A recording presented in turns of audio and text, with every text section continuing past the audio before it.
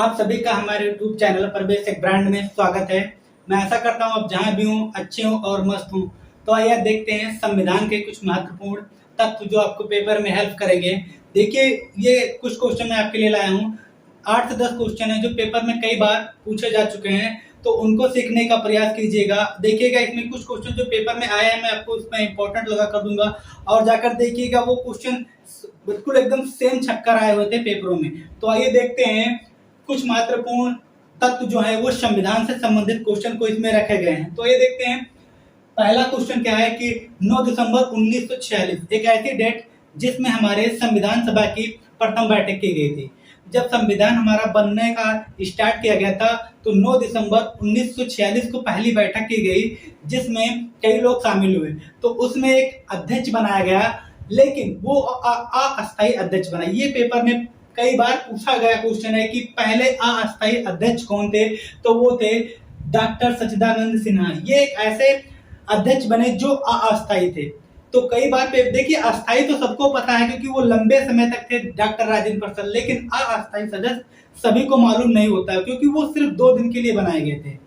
तो इसलिए आप लोगों के लिए ये इंपॉर्टेंट हो जाता है कि जो 9 दिसंबर 1946 संविधान सभा की प्रथम बैठक की गई, तो उसमें अध्यक्ष किसे बनाया गया और वो अस्थायी थे या अस्थायी थे। तो इन दोनों तत्वों को आप लोगों को ध्यान रखना है। तो ये जो अध्यक्ष बने थे सच्चिदानंद सिन्हा, डॉक्टर सच्चिदानंद सिन्हा, ये अस्थायी न होते हुए अस्थायी तौर पर बनाए गए थे। उसके बाद में जब 9 दिसंबर के बाद में एक अगली डेट रखी गई थी 2 दिन के बाद में।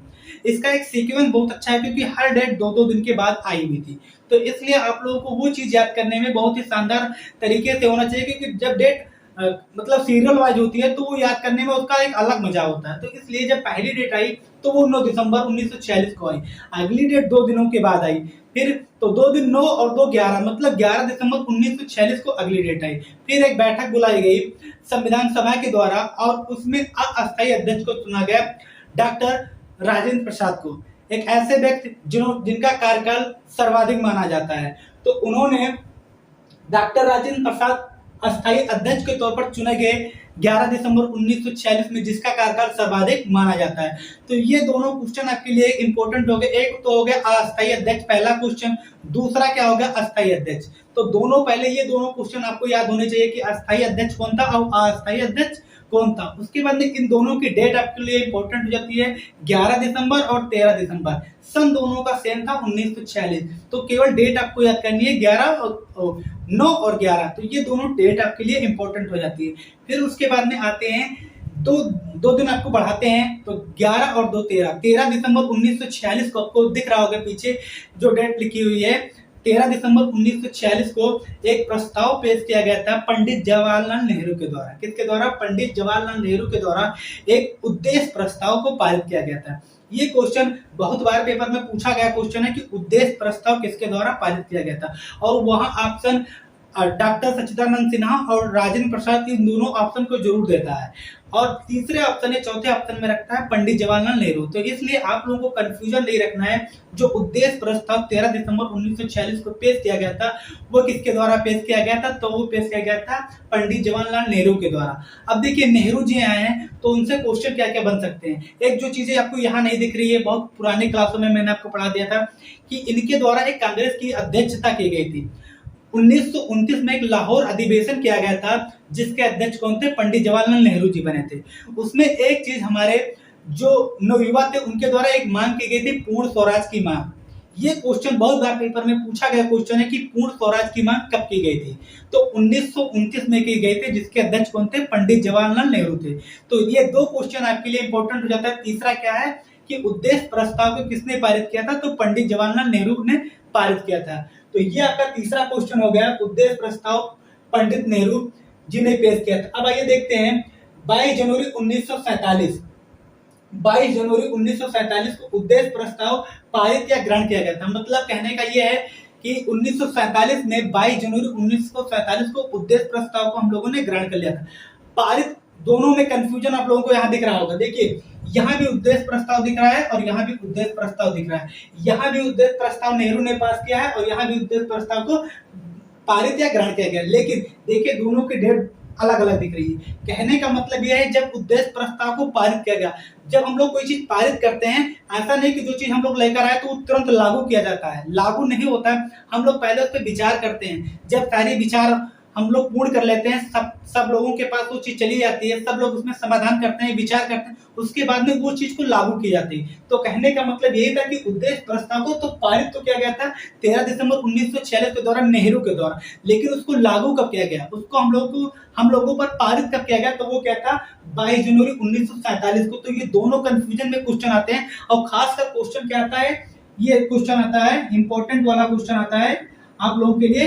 22 जनवरी 1947 को ग्रहण किया गया, तो क्योंकि ये एक जैसा सीक्वेंस नहीं होता कि 9 दिसंबर, 11 दिसंबर और 13 दिसंबर, ये सीक्वेंस बच्चों को रट चुका है, लेकिन वो टिक इसी पर लगा देते हैं, क्योंकि पहला ऑप्शन यही दिखाता है 1946 वाला, 13 दिसंबर 1946 वाला ये पहला ऑप्शन दिखाता है, लेकिन 22 जनवरी 1947 में जो इसको ग्रहण किया गया था, पारित किया गया था, वो ऑप्शन चौथे तीसरे पर रहता है। तो इसलिए हम लोग क्या करते हैं, जैसे ही ऑप्शन देखता है, उद्देश्य प्रस्ताव हमारे माइंड में सेट होता है, तो हम लोग पहला ही ऑप्शन टिक करके चले आते हैं पेपर में। ऐसा आपको नहीं करना है, क्योंकि आपको चारों ऑप्शन देखना है। पहली बात तो क्वेश्चन को आप ज्यादा समय दीजिए पढ़ने में।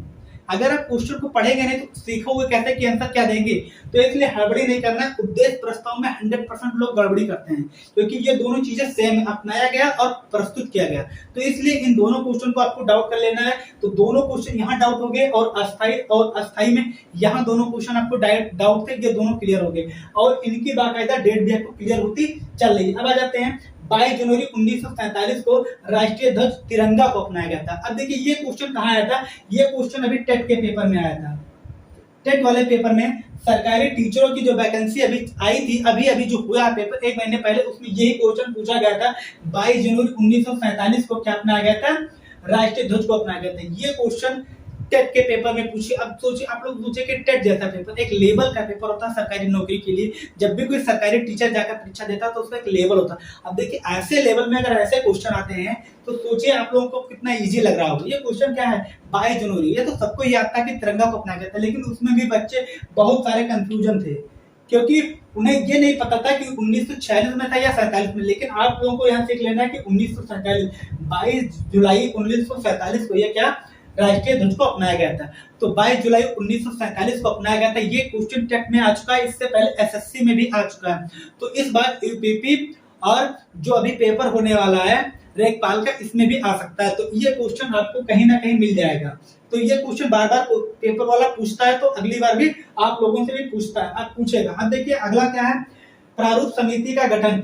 ये क्वेश्चन कई बार पेपरों में आ चुका है, प्रारूप समिति का गठन। और उसके बाद में क्या होता है, बीएन राव ने जिसने सुझाव दिया था हमारे संविधान सभा को, उसको क्वेश्चन को भी पूछा जा चुका है। तो इसलिए 22 का आंकड़ा चल रहा है आपके सामने। तो 22 अगस्त 1947 को प्रारूप समिति का गठन किया गया था। अब आइए देखते हैं 26 नवंबर। ये डेट एक ऐसी डेट है जो पेपरों में कंफ्यूजन करती है।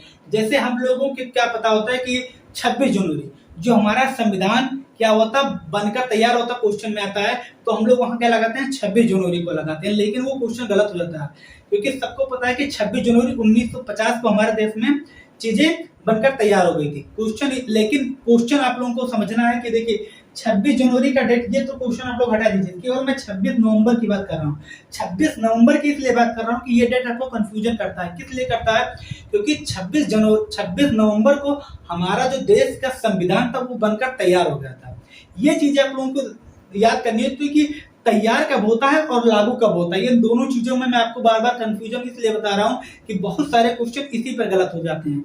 तो इसलिए जब भी 26 नवंबर आए तो आप लोगों को यह याद रखना है कि 26 नवंबर 1949 को, ये डेट आपको लिखी नहीं है, मैं आपको बता रहा हूँ क्योंकि आपको ये चीजें सीखनी चाहिए, आपको ये चीजें जाननी चाहिए।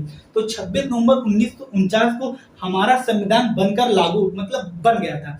हमारा संविधान 26 नवंबर को बन गया था, लेकिन अगर क्वेश्चन आता है लागू कब हुआ था, तब आप लोग क्या लगाएंगे 26 जनवरी 1950। तो कंफ्यूजन दोनों में है। लागू पूछता है तो आप लोग 26 जनवरी लगाइएगा, अगर बनकर तैयार कब हुआ तो 26 नवंबर लगाइएगा। दोनों कंफ्यूजन और पेपरों में पूछता है।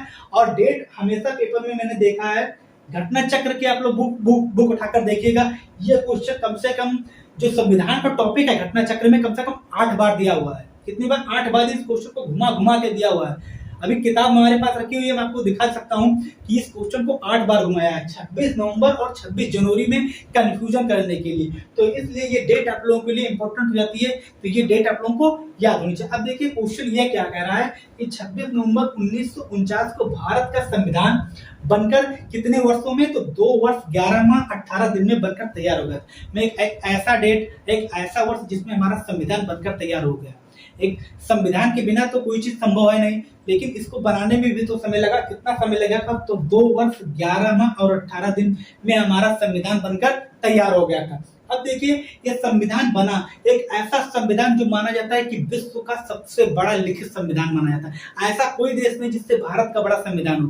भारत एक ऐसा देश है कि जिसका सबसे बड़ा संविधान माना जाता है। तो लिखित संविधान में सबसे बड़ा संविधान किसका है, भारत का। जिसमें देखिए भाग कितने हैं, तो 22 भाग को सम्मिलित किया गया है। कितने भाग को, 22 भाग को हमारे भारत में हमारे संविधान के तहत सम्मिलित किया गया है। ये मैंने 22 भाग को मैंने एक वीडियो के तहत बना दिया है, जिसमें बहुत सारे बच्चों ने ये वीडियो देख लिया है। अनुसूचियां मैंने कल की क्लास में डाल दी हैं। कितनी अनुसूचियां हैं, 12 अनुसूचियां हैं। तो उसको आप लोग देख लीजिएगा, शानदार क्लास आपके लिए रहेगी। ये इस दोनों क्वेश्चन को, और अनुच्छेद कितने हैं, 395। ये एक ऐसा ग्राफ है कि अगर आपने इस चीजों को सीख लिया, 22 भाग को याद कर लिया, अनुसूचियां और कुछ मैं ये नहीं कहता कि 395 अनुच्छेद आपको याद करने, लेकिन इसमें से 50 अगर आपने लोगों ने जो मैंने क्लास में अगर उसको देख लिया होगा तो याद हो गए होंगे। अगर 22 भाग, 12 अनुसूचियां और 50 अनुच्छेद और ये टॉपिक, तो मुझे लगता है कि संविधान के जितने भी क्वेश्चन आते हैं इसी से फंस जाते हैं, भाग से, अनुसूचिया से, अनुच्छेद से और इन टॉपिकों से। तो आप लोगों से ये गुजारिश है कि इन सारी चीजों को तो जरूर संविधान से याद कर लीजिएगा, क्योंकि यही संविधान की जान है। अगर आप इन चीजों पर पकड़ बना लीजिएगा तो क्वेश्चन इससे बाहर नहीं जाने। तो इस लोगों को, इस चीजों को आप लोगों को याद कर लेना है। जो पिछली क्लास इन सब चीजों पर बनी हुई है उसको भी आप लोग जाकर देख लीजिएगा। क्लास कैसी लग रही है दोस्तों, कमेंट बॉक्स में जरूर बताया कीजिए। और जो बच्चे नए जुड़े हैं वो चैनल को लाइक करिए, सब्सक्राइब करिए, बेल आइकन को प्रेस कर दीजिए, जिससे ऐसे ही शानदार क्लास आपको मिलती रहे। प्रतिदिन हमारी क्लास सुबह आपके लिए आ जाती है। आप उठने से पहले बिस्तर पर मोबाइल को ऑन करिए, और 15 से 20 मिनट की क्लास, और छोटी क्लास होती है, किसी दिन तो 8-10 मिनट की क्लास होती है। बिस्तर से उठने से पहले 8-10 मिनट मोबाइल को चला लीजिए। 4 से 5 क्वेश्चन आपको वहीं याद हो जाएंगे। जो चीजें याद रहेंगी वो चीजें रिवीजन हो जाएंगी दोस्तों। तो फिर हम आपको अगले वीडियो में मिलेंगे, तब तक के लिए जय हिंद दोस्तों।